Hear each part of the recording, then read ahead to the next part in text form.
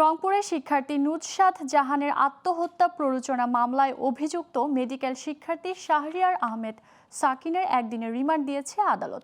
দুপুরে মামলার তদন্ত কর্মকর্তা সাকিনের 3 দিনের রিমান্ড আবেদন করলে একদিনের রিমান্ড দেন রংপুর অতিরিক্ত চিফ মেট্রোপলিটন ম্যাজিস্ট্রেট আদালতের বিচারক ডক্টর মোহাম্মদ রাশেদ হোসাইন।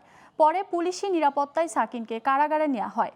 22 জুন বিকেলে নগরীর নর্থ ভিউ হোটেলের ছাদ থেকে পড়ে মৃত্যু হয় এইচএসসি শিক্ষার্থী নুসরাত জাহানের। ঘটনার পরের দিন কোতোয়ালি থানায় আত্মহত্যার প্ররোচনা মামলা করেন নুসরাতের বাবা নজরুল ইসলাম।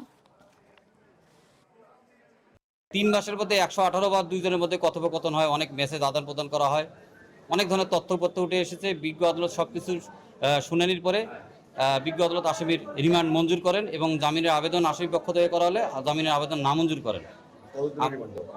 আর বিজ্ঞ আদালত 1 দিনের রিমান্ড মঞ্জুর করেন। আমরা 3 দিনের রিমান্ড চাইলে বিজ্ঞ আদালত 1 দিনের রিমান্ড মঞ্জুর করেন।